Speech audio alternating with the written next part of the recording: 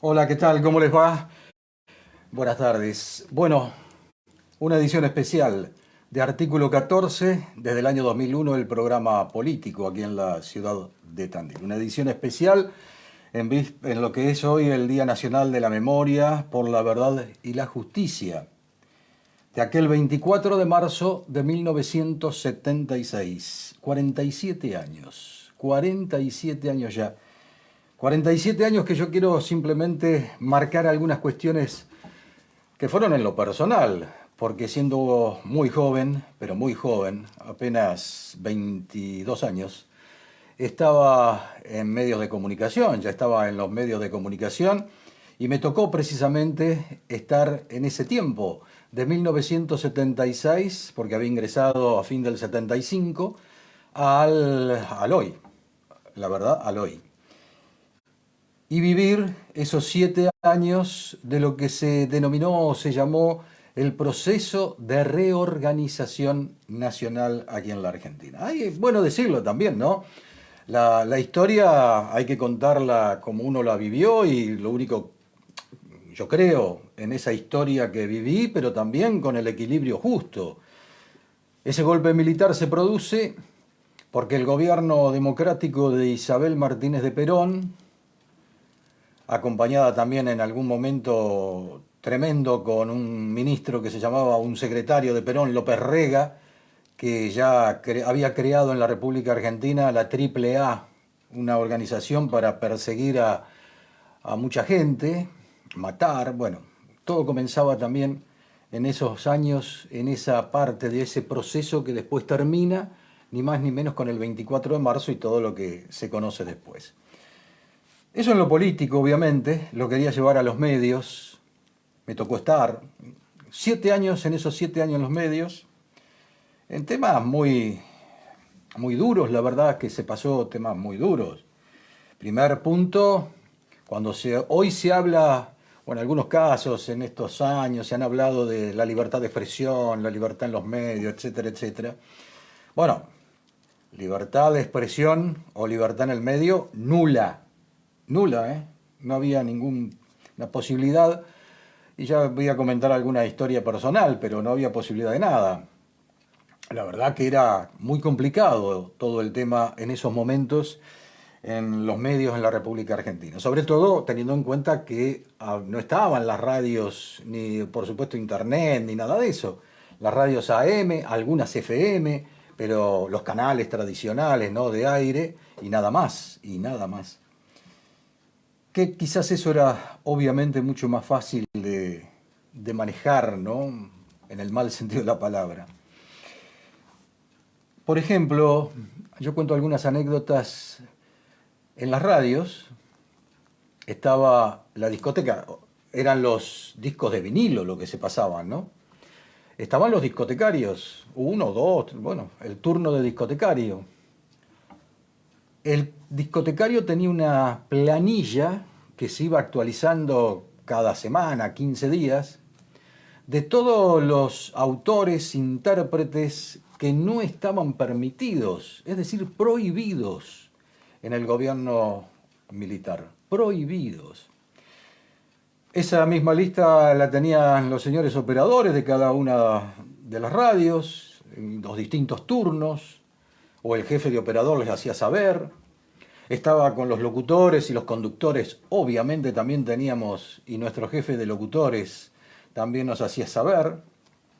O sea, había gente que no podía escucharse, y eran muchos. Yo siempre recuerdo uno muy especial. Pasan los años, 47, y yo siempre recuerdo a alguien que su apellido empezaba con la Z, pero en las listas de prohibidos estaba primero, estaba con el primero, como si fuera el uno de los prohibidos. Cantautor uruguayo, poeta, también fue locutor, colega en Uruguay en su vida, Alfredo Citarrosa. Citarrosa estaba estrictamente prohibido, Citarrosa, no temas, Citarrosa. Y para mencionar algunos, estaba prohibido guaraní, Mercedes Sosa, Piero. Y también, aunque parezca mentira, había hasta canciones infantiles. Pipo Pescador, por ejemplo, también estaba prohibido. El maestro Pugliese. En esos casos eran porque eran miembros de un partido de izquierda, que era el Partido Comunista en Argentina. Estaban directamente prohibidos. Obviamente que lo que se vivía en los medios siempre era tenso, muy tenso, porque tampoco sabías si en el medio, entre toda la cantidad de gente, trabajaba mucha gente en esos momentos en los medios, en las distintas áreas, y vos no sabías si el compañero, un compañero de tal área o de la misma tuya, en locución o de operador o de discoteca o de, no sé, la parte comercial, nunca sabías si había gente que en realidad estaba en la radio, porque llegaba gente nueva, estaban pero simplemente para dar información de cada uno de nosotros. Más allá que un coronel o un teniente coronel siempre estaba, o un grado mayor, estaban al mando, ¿no? En ese periodo en la radio. Así que todo lo que se vivió después del 83, esta parte, cuando muchos colegas decían, no, porque la libertad es perdida. No.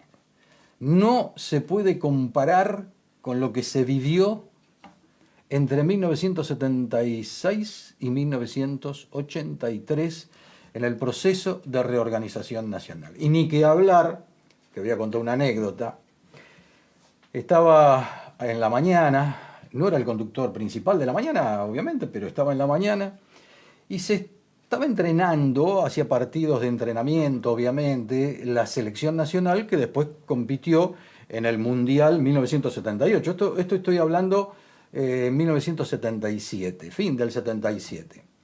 Partidos que hubo y con mi compañera en ese momento, con la conductora, tuvimos una opinión divergente sobre el accionar de la selección de Menotti.